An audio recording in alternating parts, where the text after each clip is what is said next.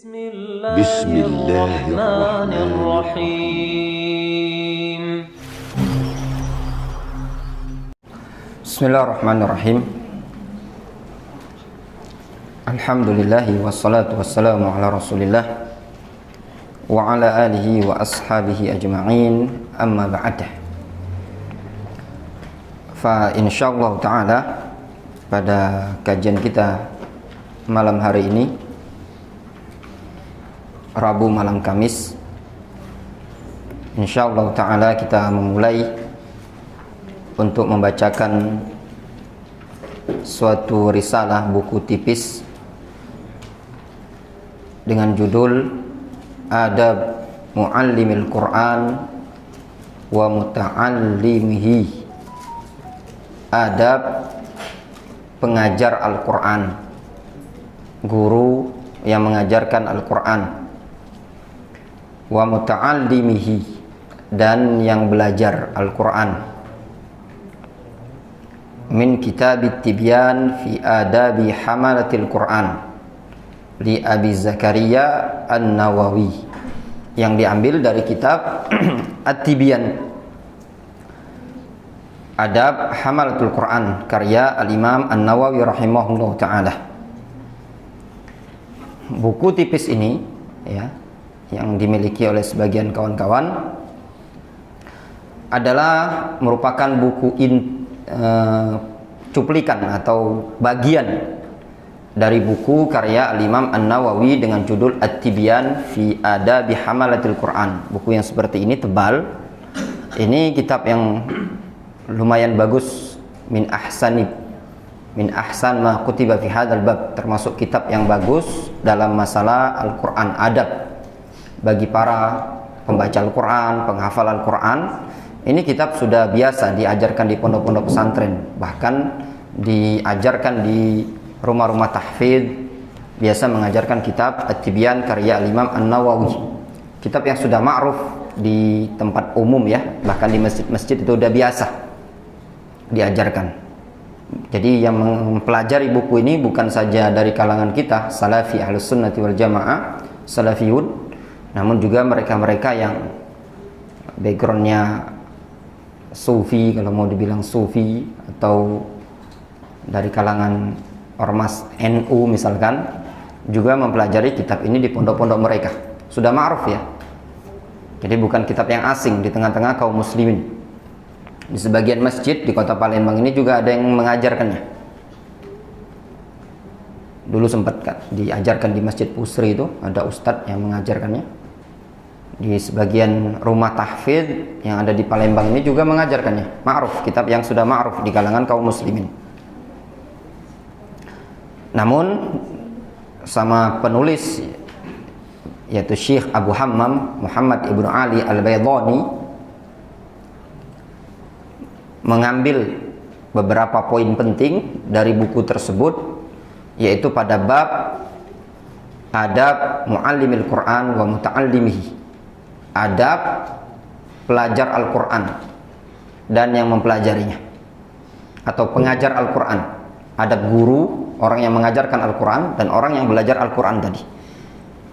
Al-Imam An-Nawawi rahimahullah ta'ala menyebutkan dalam kitab At-Tibyan, di awal-awal beliau menyebutkan keutamaan Al-Quranul Karim, keutamaan membaca Al-Quran, keutamaan Al-Quran, keutamaan menghafal Al-Quran, sekian banyak argumentasi.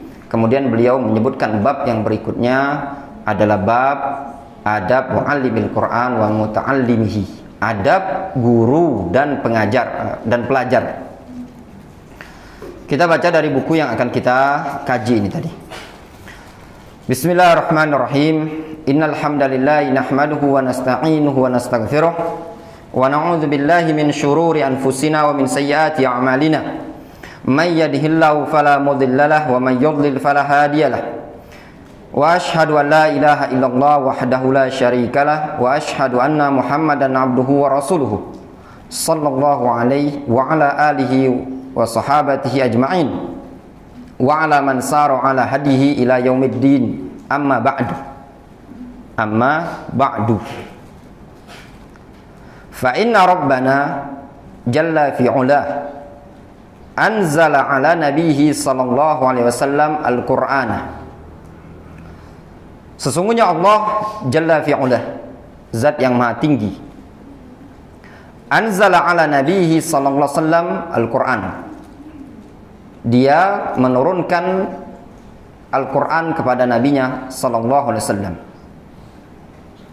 Wa akhbaru subhanahu fihi annahu ismatun liman ya'tasama. Dan Allah Subhanahu wa taala mengabarkan bahwasannya pada Al-Qur'an tersebut annahu ismah, merupakan penjagaan liman ya'tasama, bagi orang yang mau berpegang teguh meminta penjagaan dengan Al-Qur'an. Wahudan, dan Al-Qur'an merupakan hudan, petunjuk. Jazakallahu khairan, Pak. Al-Qur'an merupakan petunjuk liman ihtada, bagi orang yang mau mengambil petunjuk dengan Al-Qur'an. Maknanya Al-Qur'an bisa menjaga seseorang bagi orang yang mau berpegang dengan Al-Qur'an. Maknanya menjaga seseorang dari perkara-perkara yang bisa mengantarkan dia kepada perkara yang haram, perkara yang murka atau dimurkai oleh Allah Subhanahu wa taala. Dengan dia berpegang kepada Al-Qur'an bisa menyelamatkan dia. Kemudian juga Al-Qur'an merupakan hudan, petunjuk, pembimbing bagi orang yang mau mengambil petunjuk dengan Al-Qur'anul Karim. Faqal, Allah Subhanahu wa taala mengatakan di dalam Al-Qur'anul Karim, ya ayyuhan nas, qad ja'akum burhanum min rabbikum wa anzalna ilaikum nuran mubinan. Wahai sekalian umat manusia, qad ja'akum burhanum min rabbikum, sungguh telah datang kepada kalian burhan, bukti dari Allah Subhanahu wa taala. Wa anzalna ilaikum nuran mubinan, dan kami turunkan kepada kalian nuran mubinan, berupa cahaya yang nyata, yang terang, nampak jelas. Di sini Allah Subhanahu wa taala mensifati Al-Qur'anul Karim merupakan nur, cahaya. Al-Qur'anul Karim yang bisa memberikan penerangan tatkala umat manusia berada di gelapnya kebodohan. Lihat kalau kita mau melihat bagaimana dulu masyarakat jahiliyah, mereka bertahun-tahun terjadi pertikaian, perperangan, akhlak mereka yang buruk. Kemudian Allah Subhanahu wa taala utus Nabi kita Muhammad sallallahu alaihi wasallam dengan membawa Al-Qur'an. Yang dulu mereka berada pada kelemahan, mereka menjadi kuat. Yang dulu mereka berada pada akhlak yang buruk, berada pada tingkat akhlak terbaik. Allah Subhanahu wa taala mengatakan dalam Al-Qur'anul Karim dalam surat Ali Imran, laqad mannallahu 'alal mu'minin idz ba'atsa fihim rasulan min anfusihim yatlu 'alaihim ayatihi wa yuzakkihim wa yu'allimuhumul kitaba wal hikmah wa in kanu min qablu lafi dhalalin mubin. Allah Subhanahu wa taala menyebutkan kondisi mereka dulunya lafi dhalalin mubin. Namun dengan datang diutusnya Nabi kita Muhammad SAW, maka yang dulu mereka berada pada kesesatan yang nyata berubah menjadi di atas alan nur al-mubin, cahaya yang nyata. Fa ammal ladzina amanu billahi wa'tasamu bihi. Adapun orang yang beriman kepada Allah, wa'tasamu bihi, dan berpegang teguh dengan Allah Subhanahu wa taala. I'tisam billah. Makna i'tisam billah dikatakan oleh Al-Imam Ibnu Qayyim rahimahullah taala dan yang lainnya, maknanya al-iman billah, yaitu beriman kepada Allah. Adapun i'tisam billah yaitu maknanya at-tawakkal ala Allah, bertawakal kepada Allah Subhanahu wa taala, wal khauf minallah, rasa takut kepada Allah. Semua amalan-amalan hati itu masuk pada bentuk al-i'tisam billah. Al-i'tisam ada dua yang diperintahkan dalam Al-Quranul Karim. Yang pertama al-i'tisam billah, maknanya al-i'timad 'ala Allah. Yang kedua al-i'tisam bihablillah, berpegang teguh dengan tali Allah. Maknanya berpegang teguh dengan Al-Qur'anul Karim. Fasayudkhiluhum fi rahmatin minhu wa fadlin wa yahdihim ilaihi siratam mustaqiman.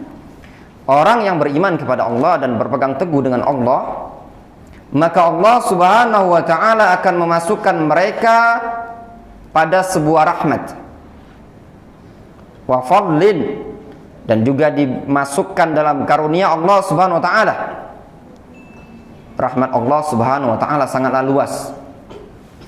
Al-jannah min rahmatillah, surga merupakan rahmat dari rahmat Allah Subhanahu wa ta'ala.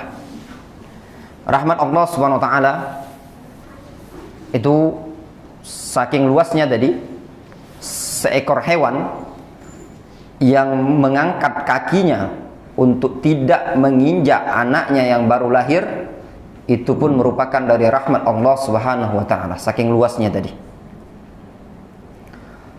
Fasayudkhiluhum fi rahmatin minhu wa fadlin wa yahdihim ilaihi siratam mustaqiman. Dan Allah Subhanahu wa ta'ala akan membimbing mereka kepada jalan yang lurus.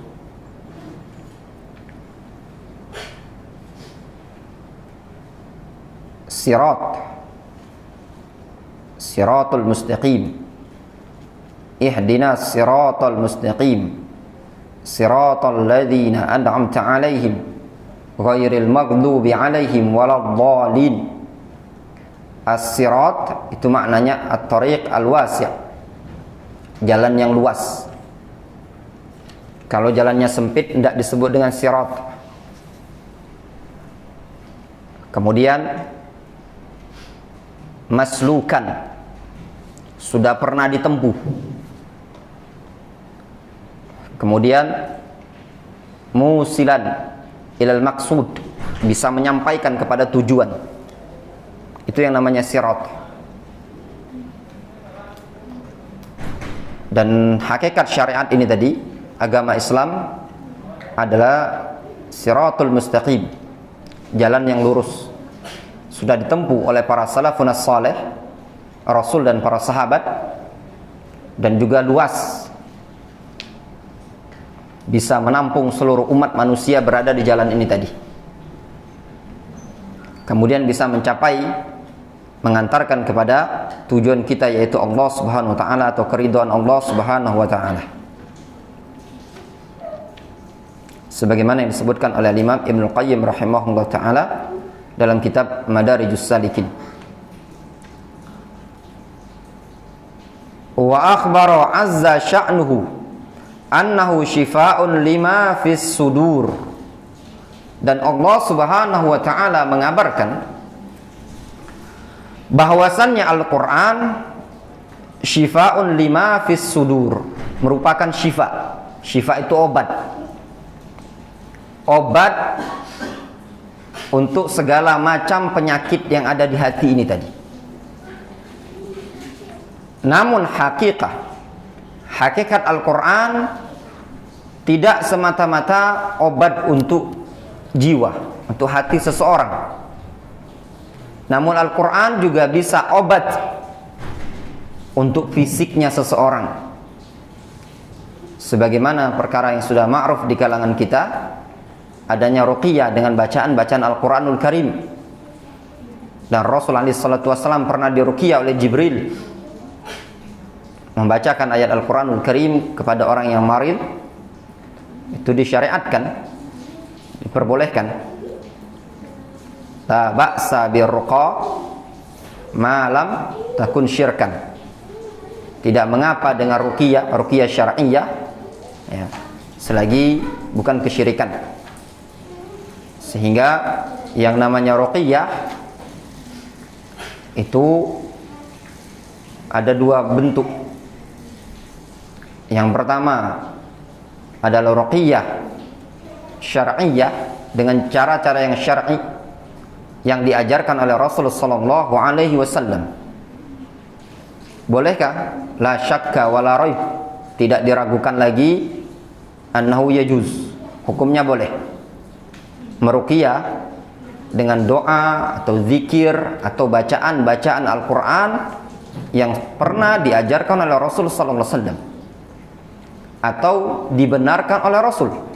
Seperti tindakannya Abu Sa'id Al-Khudri radhiyallahu anhu, yang beliau meruqyah kepala kampung dengan bacaan apa? Surat Al-Fatihah, dan ditakrir oleh Rasul alaihi salatu wassalam.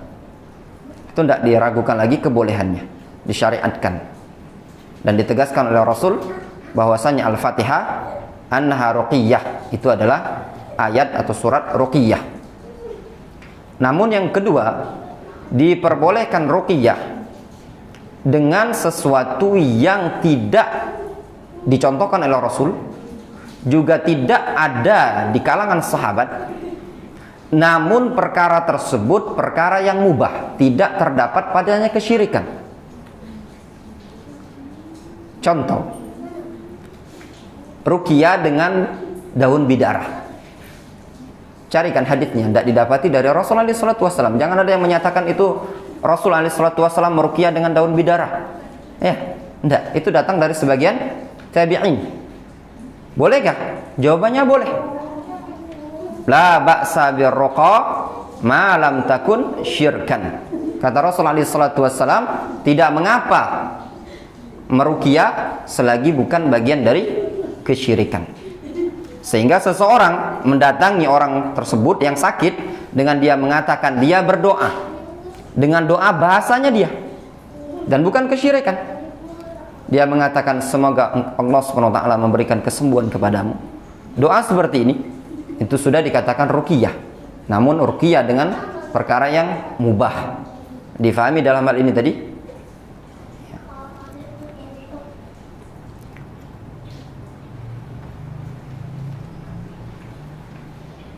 Faqal, Allah Subhanahu wa taala mengatakan dalam Al-Qur'anul Karim, ya ayyuhan nas qad ja'atkum mau'izatum min rabbikum wa shifaa'un lima fis sudur wa hudaw wa rahmatul lil mu'minin. Wahai sekalian umat manusia, qad ja'atkum mau'izatun min rabbikum, sungguh telah datang kepada kalian mau'izah, nasihat yang berasal dari Allah Subhanahu wa taala. Tidak ada nasihat yang paling agung dan paling mulia dibandingkan nasihat di dalam Al-Qur'anul Karim. Wa shifaa'un lima fis sudur, dan juga obat terhadap apa yang ada di hati kalian, di dada kalian. Al-Qur'anul Karim kedudukannya yang pertama sebagai mau'izah, nasihat. Kalau seandainya seseorang tidak bisa mengambil manfaat mau'izah dari Al-Qur'anul Karim, maka nasihat yang selain Al-Qur'an tidak akan bermanfaat bagi dia. Jadi jangan ada istilah datang ke ustadz minta nasihat. Ya. Kalau seandainya sudah disampaikan Al-Qur'an, ya, dari orang yang mungkin sederajat dengan dia atau lebih rendah kedudukannya dibandingkan dia, masih tidak diterima sama dia, kemudian minta nasihat kepada seorang guru, ustadz, maka kadang tidak manfaat. Kalau sudah disebutkan ini hukumnya haram, seperti ini dalam Al-Qur'anul Karim, tapi dia tanya lagi, masih belum puas dengan apa yang ada pada Al-Qur'anul Karim, ini menunjukkan apa?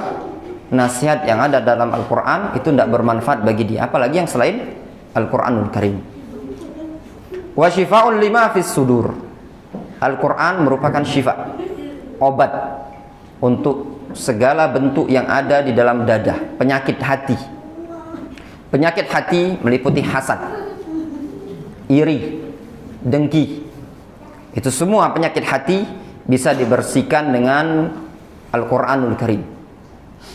Sehingga orang yang bisa menjadikan Al-Qur'an obat untuk hatinya, maka hatinya akan sehat.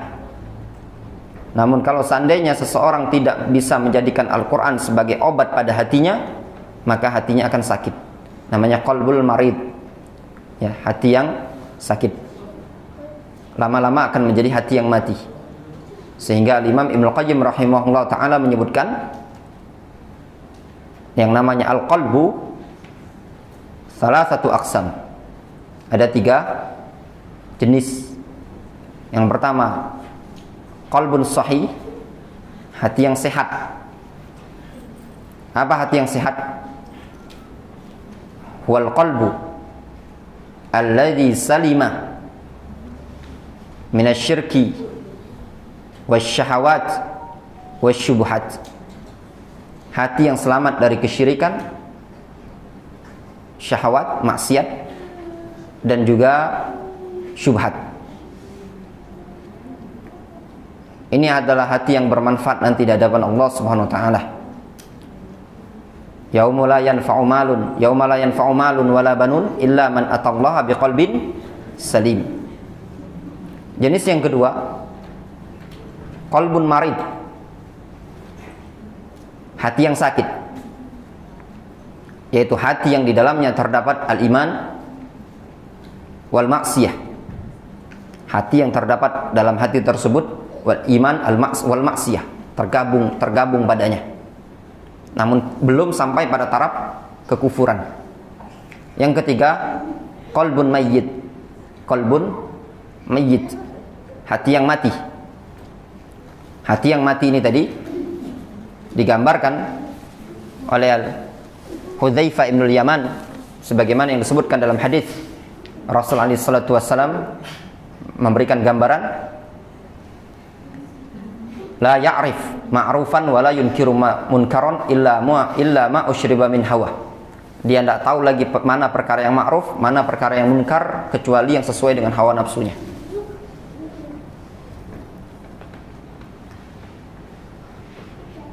Kemudian di sini Allah Subhanahu wa taala menyebutkan wa hudan wa rahmatun lil mu'minin. Al-Qur'an adalah petunjuk. Hidayah dalam Al-Qur'anul Karim banyak sekali. Hidayatul Qur'an banyak sekali. Dan asbabul hidayah itu banyak. Di antara asbabul hidayah yang disebutkan oleh Allah Subhanahu wa taala dalam Al-Qur'anul Karim, fi'lu ma umira bihi, seseorang melakukan apa yang Allah Subhanahu wa taala perintahkan. Walau annahum fa'alu ma yu'adzuna bihi lakana khairan lahum. Kalau seandainya mereka melaksanakan apa yang dinasihatkan kepada mereka, niscaya hal tersebut jauh lebih baik bagi mereka. Kemudian di akhir ayat Allah Subhanahu wa taala mengatakan wala hadainahum siraton mustaqiman, dan kami akan berikan petunjuk kepada mereka kepada jalan yang lurus. Kemudian Al-Qur'an juga sebagai rahmat, rahmatul lil mu'minin, rahmat bagi kaum mukminin. Ini semua disebutkan oleh para ulama bagian namanya awsaful Qur'an, sifat-sifat Al-Qur'an, yaitu sebagai syifa, sebagai hudan, petunjuk, sebagai rahmat dan mau'izah, dan masih banyak yang lainnya. Sudah dibukukan oleh para ulama dalam kitab khusus namanya Awsaful Quran, sifat-sifat Al-Quranul Karim. Qala al-muallif atau musannif hafizahullah ta'ala wa amara subhanahu wa ibadahu bitadabburihi, dan Allah Subhanahu wa ta'ala memerintahkan hamba-hambanya untuk mentadaburi Al-Quran tersebut.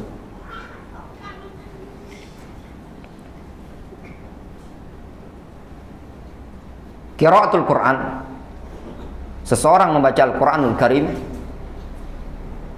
ada 2, sebagaimana disebutkan oleh Syekh Ibnu Utsaimin dalam kitab beliau Majalis Syahri Ramadan. Beliau menyebutkan tilawatul Quran naw'an. Membaca Al-Quran itu ada 2 jenis.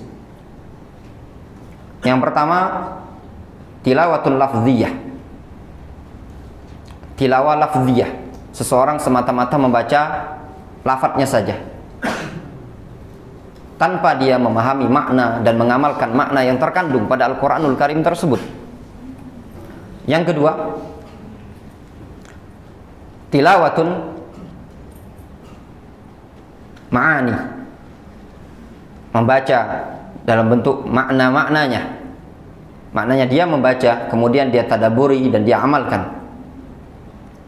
Yang diinginkan oleh Allah Subhanahu wa taala agar kita membaca Al-Quran adalah jenis yang kedua. Namun kalaupun seandainya kita belum bisa masuk pada jenis yang kedua, maka jenis yang pertama jangan ditinggalkan. Dikarenakan semata-mata seseorang membaca Al-Quranul Karim tilawah, walaupun dia tidak faham apa yang dia baca tadi, itu sudah berpahala.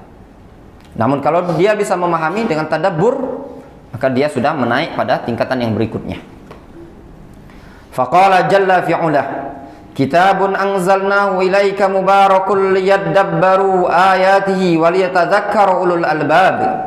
Kata Allah Subhanahu wa taala, kitabun, yaitu Al-Quran, anzalnahu ilaika mubarakun, kami turunkan kepada engkau ya Muhammad sebagai bentuk kitab yang mubarak. Mubarak, diberkahi.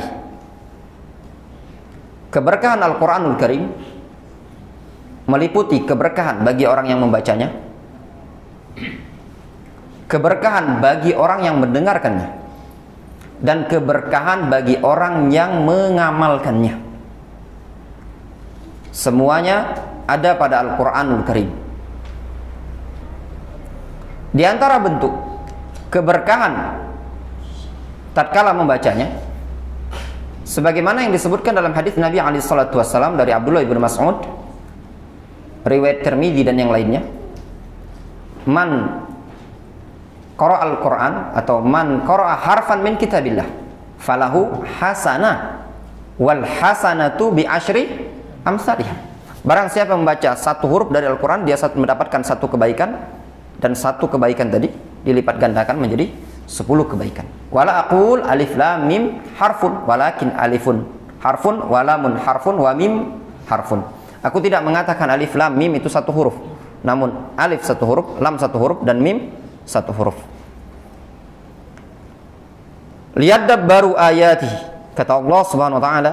Di sini Allah Subhanahu wa taala berfirman menyebutkan liyadabbaru ayatihi. Tujuan diturunkan Al-Quranul Karim adalah ditadabburi. Ya, hikmah diturunkan Al-Quran untuk didengarkan, ditadabburi, bukan semata-mata untuk hiasan. Apalagi dijadikan, oleh sebab itu para ulama menyebutkan tidak diperbolehkan Al-Quranul Karim untuk dijadikan pajangan, hiasan. Laisal Quran lizinah. Al-Quran bukan untuk hiasan. Begitu juga tidak boleh dijadikan rintun jawwal. Apa namanya? Ronnatul jawwal, rintun namanya. Ya, suara nada dering. Nah, nada dering juga tidak boleh. Dulu ada kejadian ketika kita di Yaman sholat maghrib atau sholat isya. Jadi ada orang awam, HP-nya tuh Al-Quran, sedang sholat, pas di belakang syekh ketika itu terdengar ada yang manggil dengan suara bacaan Al-Quran. Setelah sholat langsung syekh salam, langsung beliau berdiri ketika itu. Beliau menyatakan ungkapan yang sampai sekarang masih saya ingat. Syekhuna Abdurrahman Ibnu Mar'i Al-Adani rahimahullah ta'ala rahmatan wasi'ah. Kata beliau, ya ikhwa, Al-Quran ma unzila lirannatil jawwal, innama unzila Al-Quran litadabbur. Ya ikhwan, Al-Quran diturunkan bukan untuk nada dering, ya. Bahasa Arabnya ronnah. Ya, ronnatul jawwal, nada dering HP. Al-Quran diturunkan bukan untuk nada dering HP, tapi diturunkan Al-Quran untuk ditadaburi. Cuman gitu aja syekh ngomong, sudah langsung pergi beliau. Kalau kita kan mungkin marah, langsung teriak-teriak, pergi situ. Enggak, beliau cuman gitu. Beliau cuman mengatakan, ini awam, ya ikhwan, ma unzilal Quran li ronnatil jawwal, wa inna ma unzilal Quran litadabbur. Al-Quran diturunkan bukan untuk jadi nada dering HP, tapi diturunkan untuk ditadaburi. Waliyatadzakkara ulul albab, dan juga supaya ulul albab itu bisa ingat kepada Allah Subhanahu wa taala. Fa'alal muslim ayyahtam bihadzal kitabi ta'alluman wa ta'liman wa tilawatan wa tadabburan wa tafhiman. Maka wajib bagi seorang muslim untuk perhatian dengan kitab ini, yaitu Al-Quran, ta'alluman, baik secara mempelajarinya, wa ta'liman, mengajarkannya, wa tilawatan, membacanya, tadabburan, mentadaburinya, wa tafhiman, dan memberikan pemahaman kepada orang lain, memahamkan orang lain dengan Al-Quran ini tadi. Fa inna dzalika khairan lahu fi dunyahu wa akhiratihi. Dikarenakan hal tersebut merupakan kebaikan bagi dia di dunia dan di akhiratnya. Faqad jaa'a 'anin nabiyyi sallallahu alaihi wasallam annahu qala, sungguh telah datang dari Nabi sallallahu alaihi wasallam bahwasannya beliau bersabda, majtama'a qaumun fi baitin min buyutillah. Tidaklah suatu kaum berkumpul di satu rumah dari rumah-rumah Allah Subhanahu wa taala, yaitu masjid. Masjid disebut dengan baitun min buyutillah, rumah dari rumah Allah Subhanahu wa taala. Yatluna kitab Allah, mereka berkumpul tersebut membaca Al-Quran. Yatluna kitab Allah wa yatadarasunahu bainahum, dan mudarasatul Quran, saling mempelajari Al-Quran. Mudarasatul Quran ini banyak bentuknya, disebut dengan mudarasatul Quran. Di antaranya, sampai mereka menyebutkan ada berapa, lebih dari 5 ya. Di antaranya, seseorang membaca 10 ayat, kemudian 10 ayat berikutnya dilanjutkan, kemudian 10 ayat berikutnya, terus sebagaimana kita tadarusan Al-Quran itu masuk. Juga masuk dalam yatadarasu bainahum, yaitu seseorang membaca, yang lain mendengar, menyimak. Atau yang berikutnya, seseorang membaca, yang lain mengikuti. Sebagaimana di pelajaran-pelajaran tahsin itu ya, alhamdulillahirabbil alamin, yang lain mengikuti. Difahami? Termasuk kategori mudarasatul Quran ini tadi, yaitu seseorang dia membaca, kemudian yang lain tadi juga ikut membaca. Jadi berbarengan ya, yang lain tadi ikut membaca. Atau juga masuk dalam kategori ini tadi, satu membaca, kemudian yang lain menyimak, kemudian yang lain membaca lagi, disimak dengan ayat yang sama. Jadi bukan dilanjut ya, tapi dengan ayat yang sama. Misalkan qul huwallahu ahad, digilir, selesai 10 orang ini tadi, pindah Allahus samad. Nah ini juga masuk kategori yatadarasunahu bainahum. Illa nazalat alaihimus sakinah, melainkan turun kepada mereka as-sakinah, ketenangan. Wa ghasyiyatuhumur rahmah, dan mereka akan diliputi oleh rahmat. Wa haffathumul malaikah, dan dinaungi oleh malaikat. Wa dzakarahumullahu fi man indah, dan Allah Subhanahu wa taala akan menyebut-nyebut mereka di sisi makhluk yang ada padanya, yaitu malaikat. Ini keutamaan membaca Al-Quranul Karim ya, mempelajari Al-Quranul Karim. Masuk dalam kategori ini juga majelis ilmu, mempelajari makna kandungan Al-Quran tersebut di masjid. Oleh sebab itu, keberkahan belajar di masjid itu tidak sama dengan keberkahan belajar di kelas. Duhai kiranya ya ikhwan, masing-masing pondok pesantren itu bukan membuat kelas, tapi membuat masjid besar. Sebagaimana kita belajar di Yaman itu di kelas, di masjid, kita merasakan sendiri berkahnya, luar biasa ya. Beda di masjid kita kenal semua kawan, dan di masjid itu semua ada pelajaran. Di Yaman itu belajarnya, di Yaman itu bukan di kelas, di masjid. Pojok situ tauhid, pojok sini usul fikih, pojok sini bahasa Arab, pojok ke situ mustalah hadis. Jadi di masjid itu setiap tiang masjid ini berisi, tinggal pilih. Antum pengen belajar Tuhfatul Atfal, Jazariyah, belajar Iqra, belajar tahsin, semuanya ada dalam satu masjid. Jadi tidak repot kita ke kelas. Melok yang ini. Kalau ada dulu kawan-kawan Indonesia ikut pelajaran yang ini, caknya pening, tauhid yang satu ini, cari tauhid yang mudah. Ya enggak? Antum kalau di kelas tidak bisa kan? Udah, caknya lagi kurang mood belajar, ngantuk, mojok ke belakang masjid, tidur. Namun dalam kondisi seperti ini, ya lebih santai dan bisa memaksimalkan pelajaran. Dari pagi, dari jam 7 pagi itu masjid sudah penuh sampai jam 9 malam. Kosong itu paling ba'da zuhur sampai asar. Itu pun kosong, tidak sampai kosong total. Itu keberkahannya belajar di masjid. Hemat bangunan. Ya, hemat bangunan. Anak-anak itu sama. Kalau anak-anak dibuatkan kelas seperti ini ya. Supaya anak-anak itu tidak main-main satunya kan, disekat pakai gini, pakai triplek ini, kotak 1, 2, 3. Dalam artinya masih yang ngeliat-ngeliat dari belakang itu masih bisa kan? Nah, seperti itu. Dengan kondisi seperti ini, itu lebih kembali kepada metodenya para ulama di zaman dahulu dari masjid, sehingga datang keberkahan. Tatkala kita di kelas, keberkahan masjid hilang. Masjid besar kadang kosong, tidak ada dipakai pengajian, paling dipakai malam, sehingga keberkahan yang ada. Pernah ada qadhi namanya Muhammad ibn Ismail al-Amrani, muftinya Son'a, Yaman. Dia ditanya kenapa, apa bedanya belajarnya di zaman sekarang dengan zamannya antum. Sekarang umur dia masih hidup, umurnya 100 lebih. Dia ditanya, apa beda belajar zaman sekarang dengan zamannya antum dulu? Katanya dia beda. Nahnu nadrus fil jami' wa antumul yaum tadrusuna fil jami'ah. Kami dulu belajarnya fil jami'. Jami' itu masjid. Sedangkan kalian sekarang ini belajarnya di jami'ah, di kampus kelas.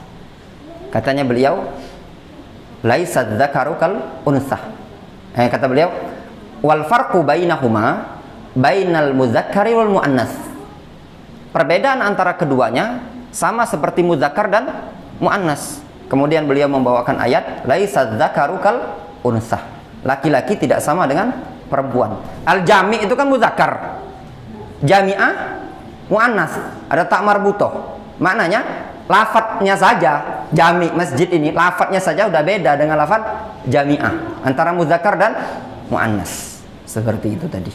Itu rahasianya berkah. Ya, yang disebutkan dalam hadis ini tadi, maka keberkahan dari masjid yang dulu kita dengar dari guru kami Syekh Abdurrahman rahimahullah taala, beliau mengatakan, mengingatkan kepada kita waktu itu dengan kondisi Masjid Nabawi.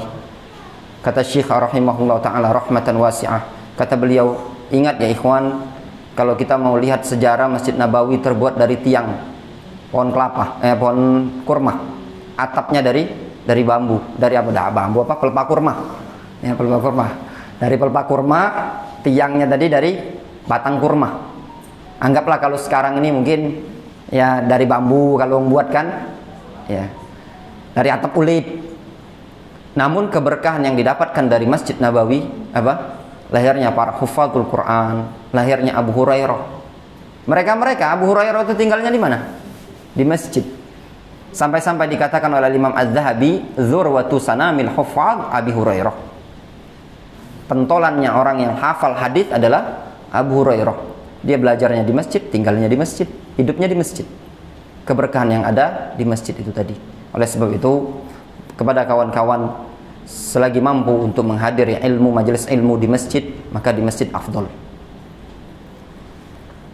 Sudah masuk Isya ya? Ustaz Masyuri, masuk ya? Kita cukup dulu ya, insyaallah kita lanjutkan setelah salat. Insyaallah tafi bihadzal qadar. Bismillahirrahmanirrahim. Alhamdulillahi nahmaduhu wa nasta'inuhu wa nastaghfiruh. Wa na'udzu billahi min syururi anfusina wa min sayyiati a'malina. May yahdihillahu fala mudilla lahu wa may yudlil fala hadiya lahu. Wa asyhadu an la ilaha illallah wahdahu la syarika lahu wa asyhadu anna Muhammadan 'abduhu wa rasuluhu sallallahu alaihi wa ala alihi wa ashabihi ajma'in, amma ba'd. Kita lanjutkan. Qala al-muallif, berkata penulis buku ini, wa qala sallallahu alaihi wasallam, dan Nabi kita Muhammad sallallahu alaihi wasallam bersabda, yuqalu li sahibil Qur'an, nanti pada hari kiamat akan dikatakan kepada ahlul Qur'an, sahibul Qur'an, orang yang biasa dia hidup dengan Al-Qur'anul Karim, mengajarkan Al-Qur'an, mempelajari Al-Qur'anul Karim, membaca Al-Qur'anul Karim, dan juga mengamalkannya, akan dikatakan nanti kepada dia, Iqra' wartaqi, baca dan naiklah engkau.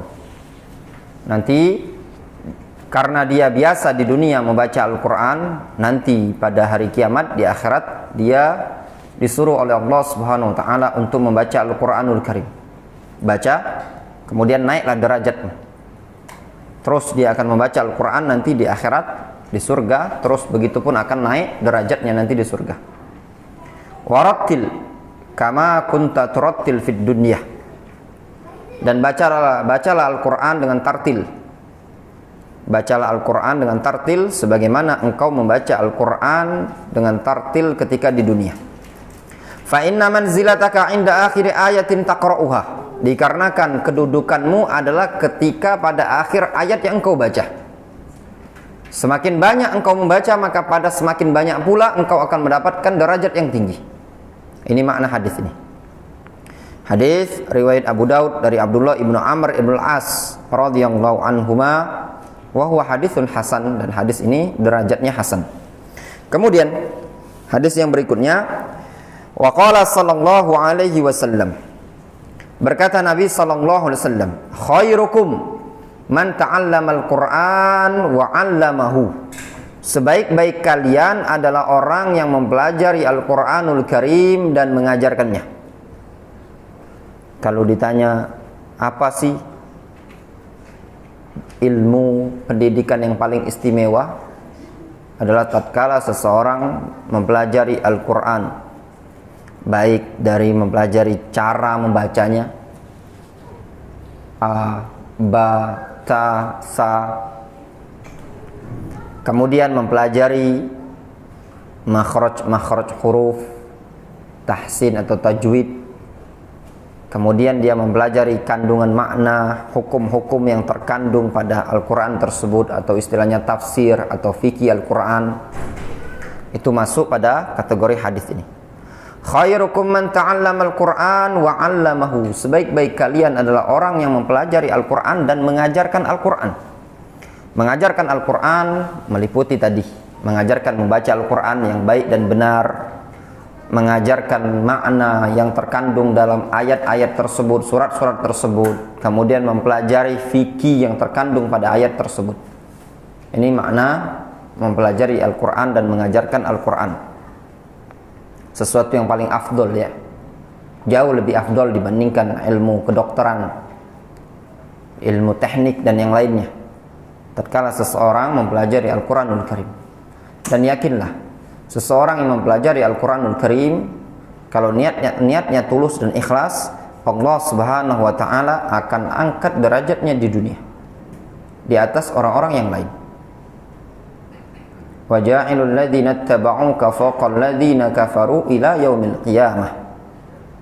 Kami jadikan orang-orang yang mengikuti engkau, mengikuti Isa alaihissalam, di atas orang-orang kafir sampai hari kiamat. Hakikat orang yang mengikuti Isa alaihissalam, mereka adalah kaum mukminin. Orang yang beriman kepada Isa pasti dia akan beriman kepada Nabi kita Muhammad sallallahu alaihi wasallam. Maka kaum mukminin adalah orang yang pertama kali masuk pada ayat wa ja'ilul ladzina tabauka fawqal ladzina kafaru ila yaumil qiyamah. Kaum mukminin yang mempelajari Al-Qur'anul Karim. Allah Subhanahu wa taala juga menyatakan dalam ayat yang lain, wala tahinu wala tahzanu wa antumul a'launa in kuntum mu'minin. Kalian jangan bersedih, jangan merasa rendah. Wa antumul a'launa in kuntum mu'minin. Kalian berada pada posisi yang tinggi kalau betul-betul kalian beriman kepada Allah Subhanahu wa taala. Sehingga kondisi kaum mukminin hakikatnya adalah di atas orang-orang kafir. tatkala mereka memuliakan Al-Qur'anul Karim. Namun tatkala mereka merendahkan Al-Qur'an, berpaling dari Al-Qur'an, maka waju'ilatiz dzillu was-saghar ala man khalafa amri. Kata Rasulullah sallallahu alaihi wasallam, dijadikan kerendahan dan kehinaan bagi orang yang menyelisih perintahku. Dalam riwayat yang lain, hadis ini dari Utsman ibnu Affan, riwayat Bukhari dan Muslim, riwayat Bukhari. Wa fi riwayatin afdalukum, seutama-utama kalian adalah man ta'allamal Qur'an wa 'allamahu, orang yang mempelajari Al-Qur'an dan mengajarkan Al-Qur'an tersebut. Jadi jangan minder ya. Profesi apa sih? Cuman guru ngaji. Itu sesuatu yang mulia, ya. Walaupun guru ngaji di masjid, kerjaannya cuma ngajari anak-anak, apalagi mungkin kalau istilahnya cuma guru tahfidz. Wah, ini bukan ustadz kibar, ustadz senior. Guru ngaji, tahu apa antum? Itu sesuatu yang lebih afdol. Ana ingatkan, nasihatkan kepada ikhwan, bersyukurlah antum kepada guru-guru yang mengajarikan ilmu kepada anak antum. Ya, mereka adalah orang yang paling berjasa terhadap anak antum dibandingkan mudir pondok pesantren. Ya apa enggak? Siapa yang mengajari? Mudir itu berapa kali? Apa yang diajari mudir? Hah? Kadang mudir cuma datang seminggu sekali.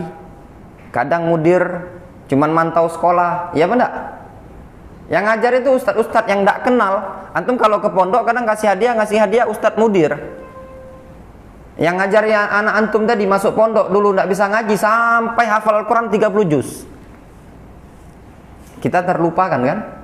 Kita cuma taunya pondok kita itu, wah Masya Allah ada Ustadz Fulan, ya kan? Yang senior ini tadi. Kita lupa anak kita tadi SD susah sekali dia ngomong katanya dia. Wih dah nak dimarahin ini anak wong ini tadi. Dia ngomongnya nggak bisa dia sampai dia tadi hafal Al-Quran. Perjuangan sang guru tadi berat. Jadi orang yang layak kita bersyukur di pondok pesantren itu adalah orang-orang yang mengajari anak kita dari nol tadi. Mereka yang langsung dengan anak kita. Padahal ya tidak terkenal mereka ini kan. Bukan ustadz yang tampil ke sana, kajian di sana, kajian di sini. Ya. Kadang sebagian orang tuh enggan mau manggil dia ustadz. Ya kan? Datang manggil mana? Kalau di pondok dulu kita istilahnya nyebutnya di pondok ami ya. Dari ami gitu loh. Ya, pengurus yang ngajari guru-guru tahfidz itu ya. Ustadz yang terkenal ya paling ustadz mudir yang isi kajian. Padahal yang paling berjasa pada dunia pendidikan tarbiyatul abna adalah orang-orang yang ngajari anak ini tadi. Namun terkadang kita sebagai orang tua itu lupa dengan jasanya mereka. Mereka mau pinjam motor, tidak dipinjami. Pas Pak Mudir mau pinjami, karena dipikirnya dia, ini terima tidak terima ini mudir. Memang iya, keputusan anak kita masuk sekolah atau tidak itu bukan pada guru-guru ini tadi, tapi pada mudir pondok pesantren. Tahu mudir itu pimpinan. Ya. Kalau baik sama ustadznya, insya Allah diterima. Cuman yang jadi masalah ketika sudah masuk, siapa yang ngajari? Yang ngajari itu ustadz tahfidz ini tadi. Perjuangan bagi mereka. Dan ngajari anak-anak itu tidak segampang. Cobalah ngajari kita anak-anak kita. Bahkan ada ikhwan yang ngajari anaknya. Anaknya bilang, emang Abi ustadz ngajari aku, katanya dia ngomong itu. Abi bukan ustadz. Kalau ustadz ada ikhwan ini cerita, anak-anak ini ustadz diajari malah dia ngomong, Abi bukan ustadz. Berat ngajari anak ya. Nah, jadi orang yang paling layak ya, anak ingatkan sekali lagi ya ikhwan, begitu juga para ummahat di belakang, jangan gampang tersinggung dengan anak-anak kita ketika ngelapor dijewer sama ustadznya yang ngajari tadi. Kan mungkin wajar dibilangin sah masih syah, ini sah berkali-kali ya, berat rasanya mengajari anak-anak tersebut. Jadi ketika mereka berhasil, orang yang paling layak dan pantas kita bersyukur adalah mereka-mereka itu tadi. Kita itu tidak melihat langsung gimana di dunia pondok pesantren, berat.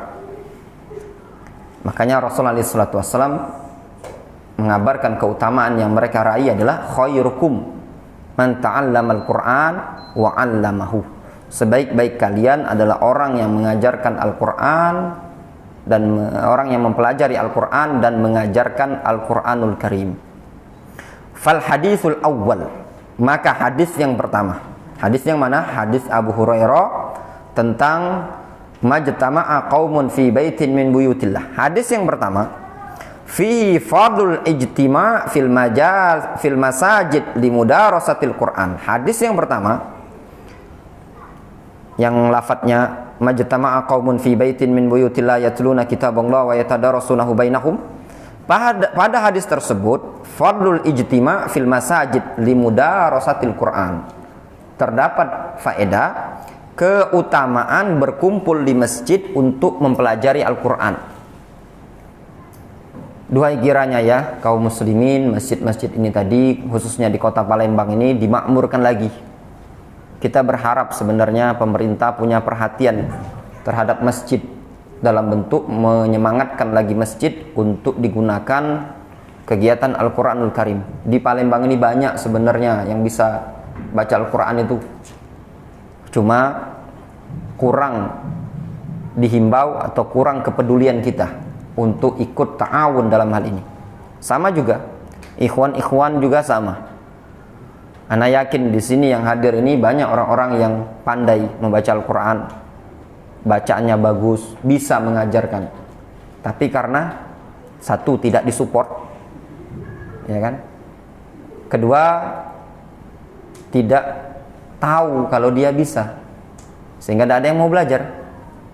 Namun kalau misalkan satu orang ngajarkan 5 orang, nanti misalkan Mas Ujang pegang lagi 5 orang, itu lumayan. Sehingga dari kalangan kita, ikhwan-ikhwan yang ngaji, khususnya antum ahlus sunnah salafiyin, hendaklah jangan minder untuk memperbaiki bacaan Al-Qur'an. Jangan kita itu koar-koar bid'ah, syirik. Pas ngaji plantat pelintut. Kaget dia omongin. Mereka yang kita omongi bid'ah syirik itu tadi kori-kori kan? Ya mana? Mereka Yasin ngelotok tiap malam Jumat mereka baca hafal. Ya nak? Ngaji jangankan mulai dari ngaji nikahan, ngaji apa lagi? Ngaji mulai dari nikahan sampai seluruh kegiatan itu mereka tidak pernah meninggalkan Al-Quran, baca Al-Quran.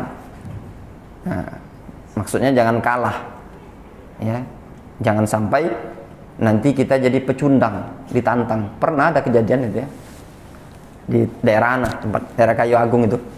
Ya itulah ikhwan diani sama masyarakat ngomongi kami bid'ah ngaji biar aja itu. Semua dia omongin seperti itu. Akhirnya ikhwan-ikhwan sudah kita belajar ngaji, sadar diri mereka ya ngajar ngaji kan, belajar ngaji. Ya, kadang kita seperti ini kan. Kita lupa dengan kemampuan kita tadi. Sedangkan yang kita bilang ini tadi mereka kori-kori. Yang mereka itu kerjaannya yang ngaji, baca Yasin terus, maksudnya itu ngaji terus kan. Itu tadi kan setiap malam Jumat. Nah, seperti ini hendaklah kita ya jangan sungkan-sungkan. Kalau ada di sini ada kajian, pelajaran, tahsin, ikuti. Dan dimanapun antum dapati ada kajian-kajian yang mempelajari Al-Quran, jangan sungkan untuk belajar. Dan jangan malu. Wa hadzal ijtima' li ta'allum ba'dihim li ba'din min ba'din, dan perkumpulan ini tujuannya untuk ta'allum, untuk belajar sebagian mereka dari sebagian yang lain. Bidalili qaulihi wa yatadarasunahu bainahum, mereka saling mempelajari Al-Quran sesama mereka. Nah, keutamaan ini tadi tatkala saling belajar di sini juga untuk khusus masyarakat sini yang jamaah al-jihad ya. Kalau tidak ada kajian di sini dan sering sholat sini, seandainya di rumah tidak ada kegiatan, lebih baik tetap di masjid. Simak-simaan Al-Quran. Tahu simak-simaan Al-Quran? Itu Al-Quran banyak. Nah, ngumpul 4 orang, 5 orang baca Al-Quran. Pas malam kajian, pas malam kosong kajian, buat seperti itu. Masya Allah, apalagi masjid ini yang mengendalikannya ikhwan sendiri, aman, bebas, maka sangat bagus malam-malam di luar malam kajian itu digunakan untuk mudarasatul Quran, saling mempelajari Al-Quranul Karim. Keutamaannya disebutkan dalam hadis ini, tahuffuhum al-malaikatu ta'ziman li sani'ihim. Mereka dinaungi, diliputi oleh malaikat sebagai bentuk pengagungan malaikat terhadap perbuatan mereka, aktivitas mereka. Kagumnya mereka, para malaikat terhadap orang-orang yang mempelajari Al-Quran ini tadi, sehingga malaikat menaungi. Namun kita tidak bisa melihat ya, kalau di atas ada malaikat. Ketika seseorang membaca Al-Quran, mempelajari Al-Quran, majelis tersebut akan dinaungi oleh malaikat. Wa yanzil alaihimus sakinah, dan akan turun kepada mereka ketenangan. Wahya at-tuma'nina wal waqar, yaitu tuma'nina, kenyamanan, ketenangan. Wal waqar sama, tuma'nina wal waqar itu tenang. Antum akan rasakan sendiri ya, duduk di majelis ini itu terasa tenang, beban dunia ini hilang. Namun tatkala antum berada di jalan, tempat kerja, itu banyak kepikiran. Ketika di majelis ilmu, semuanya lupa. Bahkan dulu Syekh Muqbil Ibn Hadi Al-Wadi'i rahimahullah ta'ala, beliau mengatakan, idza fatahtu sahih al-Bukhari atau sahih Muslim wa qara'tu qala al-Imam Muslim haddatsana fulan, haddatsana Yahya ibnu Yahya al-Ansari, qara'tu ala Malik an-Nafi an Ibni Umar, kata Syekh Muqbil, ansatni, ya, membuat aku lupa seluruh kesibukan dunia ini tadi. Maknanya pelong, seakan-akan dunia itu tidak ada.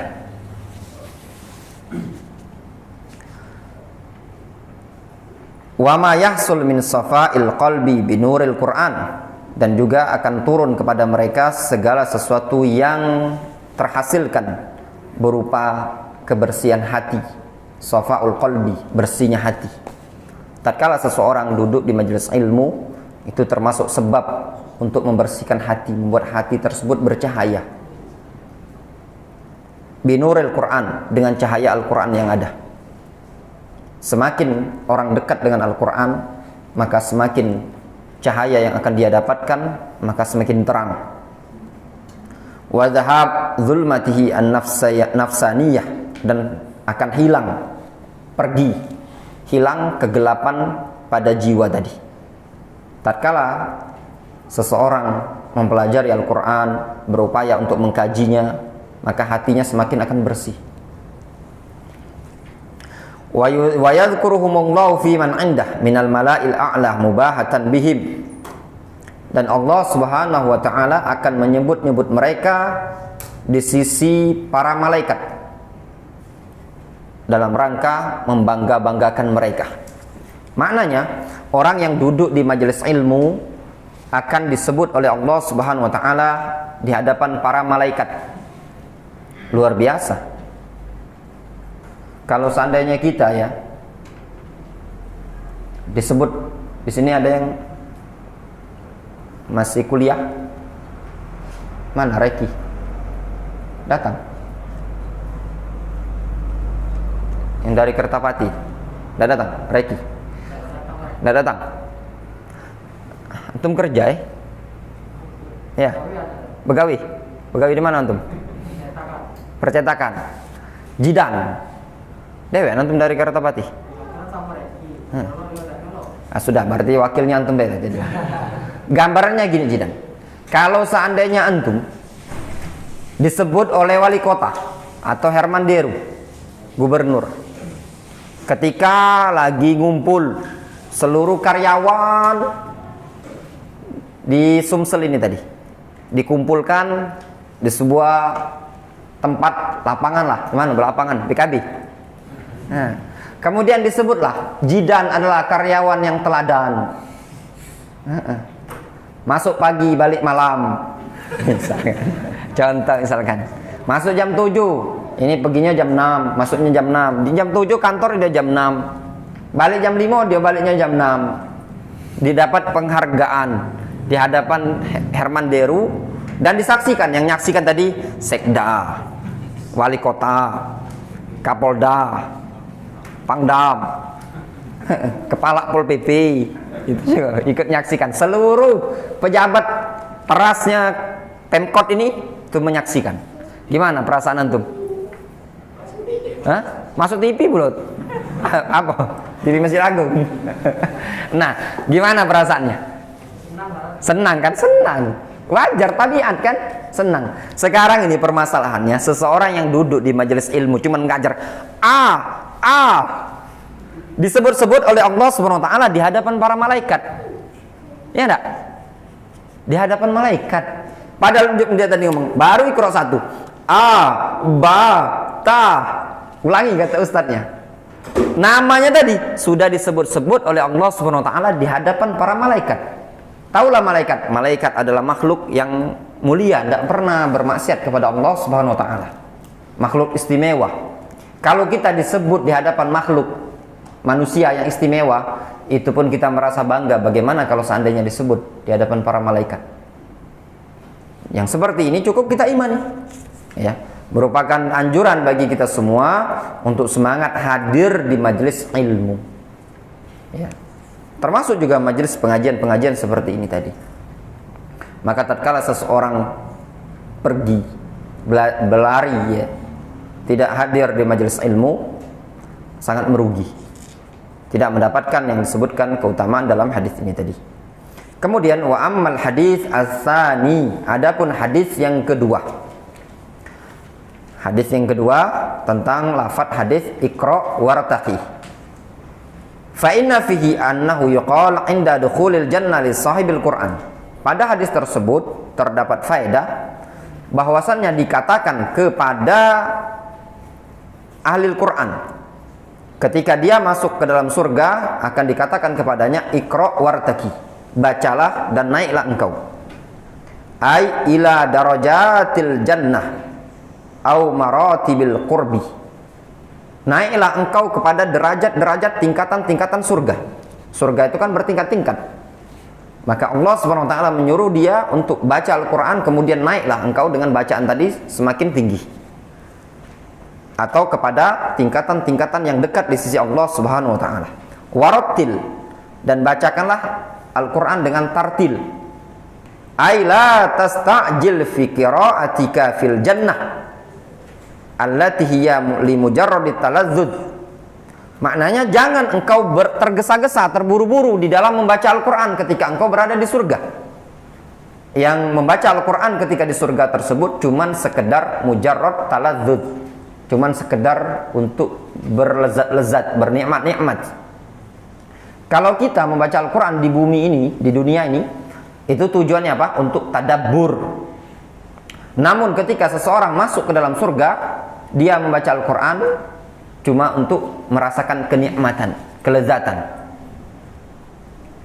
Kama kunta turattil fid dunya, sebagaimana dulu engkau membaca Al-Quran ketika di dunia. Ai fi qira'atika, yaitu pada bacaanmu. Wa fihi isyaratun ila annal jazaa' ala wifqil a'mal kamiyatan wa kaifiyatan. Pada hadis tersebut terdapat isyarat bahwasannya balasan sesuai dengan amalan-amalan yang ada. Kamiyatan wa kaifiyah. Baik dari sisi kamiyah, kamiyah itu kuantitas jumlahnya, wa kaifiyah, atau dari sisi kualitas. Jadi balasan kita nanti di surga sesuai dengan amalan kita di dunia. Semakin banyak dan semakin bagus kualitasnya, maka semakin besar pula balasan yang Allah Subhanahu wa taala akan berikan. Fa inna manzilataka 'inda akhir ayatin taqra'uha, dikarenakan kedudukanmu adalah pada akhir ayat yang engkau baca. Al-manzilah allati fil hadis hiya ma yanalu al-'abdu minal karama ala hasabi manzilatihi minal hifdzi wat tilawah. Kedudukan yang disebutkan dalam hadis tersebut dikarenakan kedudukanmu di surga nanti sesuai dengan kadar bacaanmu ketika di dunia. Maknanya, kedudukan yang ada dalam hadis tersebut adalah sesuatu yang nanti akan diraih oleh seorang hamba tadi berupa kemuliaan sesuai dengan kedudukan dia ketika di dunia pada saat minal hifzi, pada saat menghafal Al-Quran wa tilawah, membaca Al-Quran. Maknanya ya ikhwan, sahibul Quran semakin banyak dia menghafal Al-Quran, semakin banyak dia membaca Al-Quran, maka kedudukan dia di surga akan semakin tinggi. Difahami? Seseorang semakin banyak membaca Al-Quran dan semakin banyak menghafal Al-Quran, maka kedudukan dia semakin tinggi.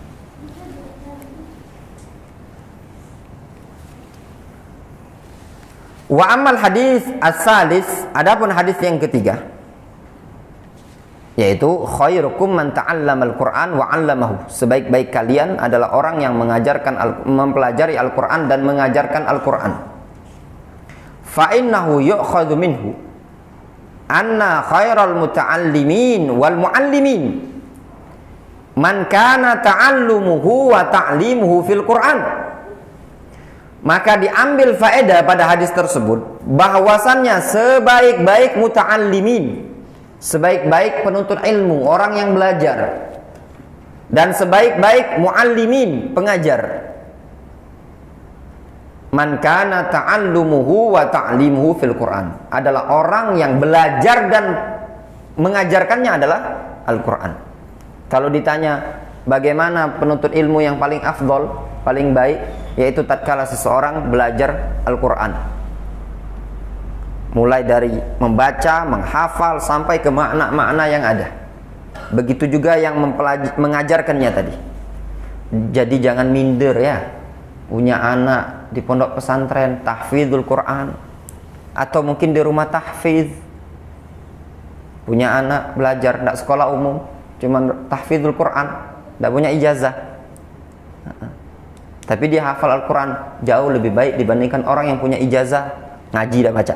Ya pada di antara bukti Al-Quran memuliakan seseorang, seseorang yang Allah Subhanahu wa ta'ala berikan kemampuan hafal Al-Quran, bacaannya bagus, tajwidnya bagus, ada tidak kira-kira disia-siakan oleh masyarakat? Hah? Masyarakat berbondong-bondong untuk mencari orang yang seperti ini ya. Kalau baca ditaruh samping rumah kan? Maaf ya kalau di sini banyak sarjana punya ijazah sarjana, ternyata juga bukan orang yang berkualitas dulunya, biasa-biasa baik, nggak ngaji, nggak baca puluh. Nganggur banyak ada? Banyak. Allah Subhanahu wa ta'ala angkat mereka. Kadang kita belajar ngaji ya, belajar ngaji itu sama mereka-mereka yang wong kampung lah istilahnya, pinter ngaji, uak-uak di kampung itu. Sekolah ada. Kadang tamat SMA, kalau dulu man istilahnya ya, tamat man. Cuman selevel, tapi bacaan Al-Qur'annya bagus, dimuliakan di masyarakat. Apalagi masyarakat awam, setiap malam Jumat dipanggil deh, urung, ya kan? Maksudnya tuh sampai orang awam tuh perhatian sama dia, walaupun cara seperti itu kurang tepat, ya, karena menyelisih sunnah Rasulullah SAW, yasinan dan yang lainnya tadi. Difahami? Namun dalam kondisi seperti itu tadi, dia dianggap di tengah-tengah masyarakat. Berarti yang dibutuhkan oleh masyarakat itu tadi ilmu agama. Ketika kita berada di tengah-tengah masyarakat, ya maaf sekali lagi, bukan pendidikan teknik kita. Ya pada mandikan jenazah, apa dibutuhkan? Cari itu loh Bapak, untuk ahli teknik. Enggak, yang dibutuhkan siapa? Yang orang-orang yang ngerti dalam ilmu agama ini tadi. Ilmu yang langsung berhubungan dengan masyarakat. Baca Al-Quran. Apakah boleh mempelajari ilmu dunia? Jawabannya boleh. Bukan perkara yang haram. Namun jangan sampai kita mempelajari ilmu dunia, kita lupa tadi dengan Al-Quran. Umur sudah 20 tahun, masih tidak bisa ngaji. Dalam keadaan dia memegang toga, ya, memakai toga dengan memegang tropi sebagai mahasiswa nomor 1 dengan IP tertinggi berapa kalau IP tertinggi itu? 4,0. Nah, 4,0 ngaji tidak baca. Iya kan?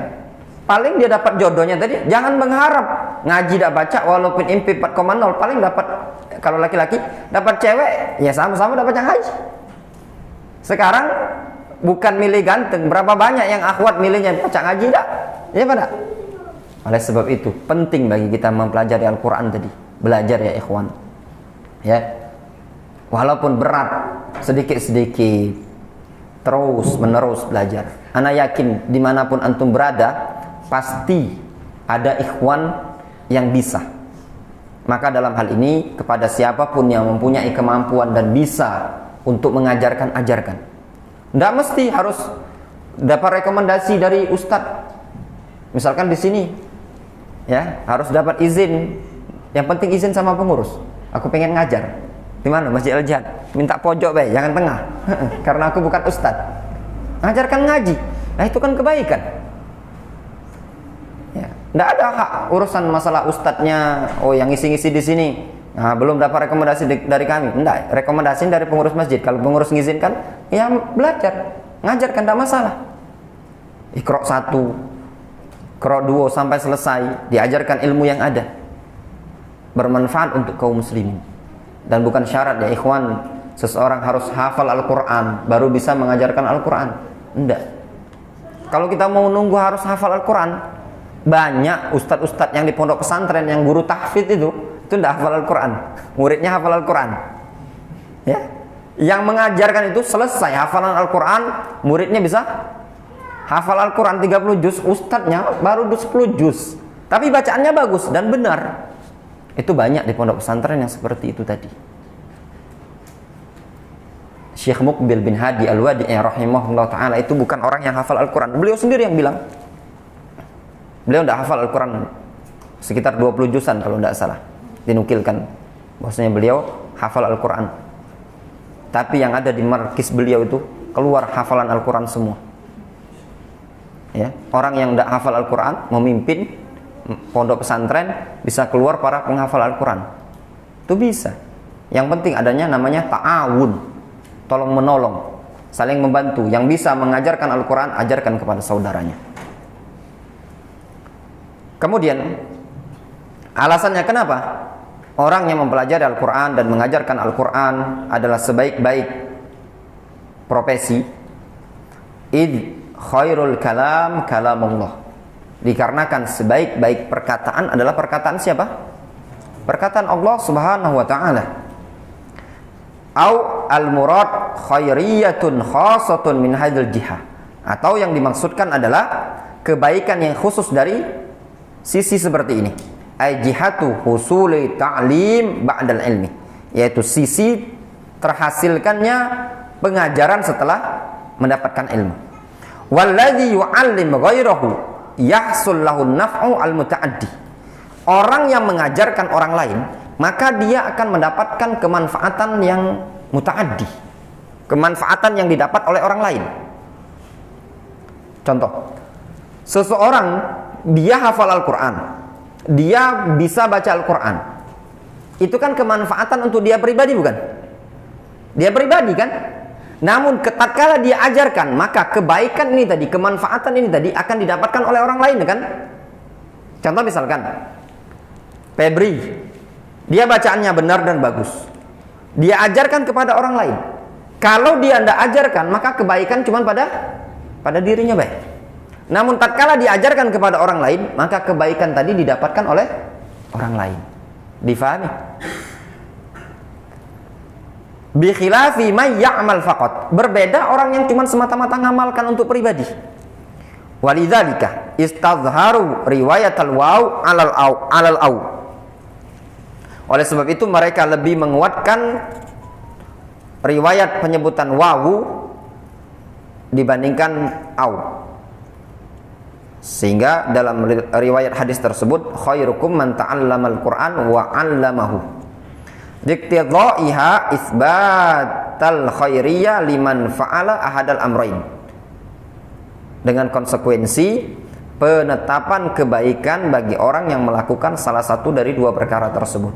Dia belajar atau mengajarkan. Wala syakka annal jami' bainahuma mukammilun li nafsihi wa li ghairihi fa huwal afdal. Dan tidak diragukan lagi bahwasannya orang yang mengumpulkan dua perkara tersebut, dia belajar kemudian dia ngajarkan. Jadi dia belajar, dulunya dia belajar, seorang yang belajar, santri, duduk di masjid, ya tahun ini dia belajar ngaji, tahun depan dia ngajar, maka terkumpulkan pada dia dua kebaikan. Kebaikan mempelajari Al-Quran dan kebaikan mengajarkan Al-Quranul Karim. Qultu, aku katakan, kata penulis buku ini, wal yu'lam, hendaklah diketahui, anna hunaka adaban la budda yatahalla biha wa yalzamaha muallimu kitabillahi wa muta'allimihi.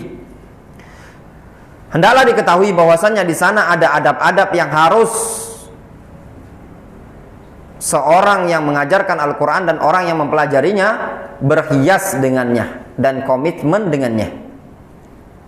Wahya muhimmatun jiddan. Adab-adab tersebut penting sekali. Wala ya'dam al-mutahalli biha biidznillahi khairan. Maka orang yang berhias dengan adab-adab tersebut, maka dengan izin Allah Subhanahu wa taala dia tidak akan terluputkan dari kebaikan atau tertiadakan dari kebaikan. Wa qad allafa ulama'una fi dzalik, dan sungguh para ulama kita telah menyusun adab tersebut. Wa hadza indalla ala syai'in fa inna ma yadullu ala hirsihim ala muallimil Qur'an wa muta'allimihi wa tawjihi ila ma yanfa'u fi dunyahu wa akhiratuh. Dan ini meskipun menunjukkan sedikit, namun hal ini menunjukkan akan semangatnya mereka para ulama terhadap para pengajar Al-Quran dan orang yang mempelajari Al-Quran, serta semangatnya mereka para ulama di dalam membimbing para pengajar Al-Quran menuju sesuatu yang bermanfaat bagi dia di dunia dan di akhirat. Wa mimman allafa fi dzalik Al-Hafidz Abu Zakaria Yahya ibn Syaraf An-Nawawi rahimahullah ta'ala. Dan di antara ulama yang menyusun kitab adab adalah Al-Hafidz Abu Zakaria Yahya ibn Syaraf An-Nawawi rahimahullah ta'ala. Fa innahu allafa kitaban bi'inwan at-tibyan fi adabi hamalatil Qur'an.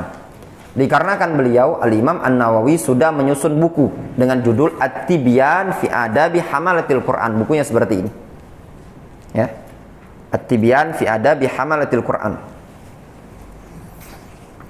Wa dzakara fihi baban khasan fi adabi muallimil Qur'an wa muta'allimihi. Dan beliau menyebutkan pada buku tersebut bab khusus tentang adab pengajar Al-Quran dan yang mempelajarinya. Waqad kumtu bi istikhrajihi min dzalikal kitab. Aku berupaya untuk mengeluarkan faedah dari kitab tersebut. Wa 'allaqtu 'alaihi bima tatimmu bil faedah. Kemudian aku berikan komentar di bawahnya untuk menyempurnakan faedah. As'alullah azza wa jalla ayyan fa'a bihadzal amal wa yaj'alahu khalisan liwajhil karim. Innahu waliyyu dzalika wal qadiru alaihi. Wa sallallahu wasallama ala nabiyyina Muhammadin wa ala alihi washabbihi ajma'in walhamdulillahi rabbil alamin. Katabahu Abu Hammam Muhammad ibnu Ali As-Sawma'i Al-Baydani Al-Yamani Al-Aslu Al-Makki Mujawaratan. Buku ini ditulis oleh Syekh Abu Hammam Muhammad ibnu Ali As-Sawma'i Al-Baydani. Beliau aslinya Yaman, termasuk salah seorang dari murid Syekh Mukbil, namun sekarang mukimnya di kota Mekah. Ya. Kita baru selesai malam ini membaca muqaddimah. Ya, adapun insyaallah inti dari kitab ini insyaallah kita mulai pada pertemuan pekan berikutnya.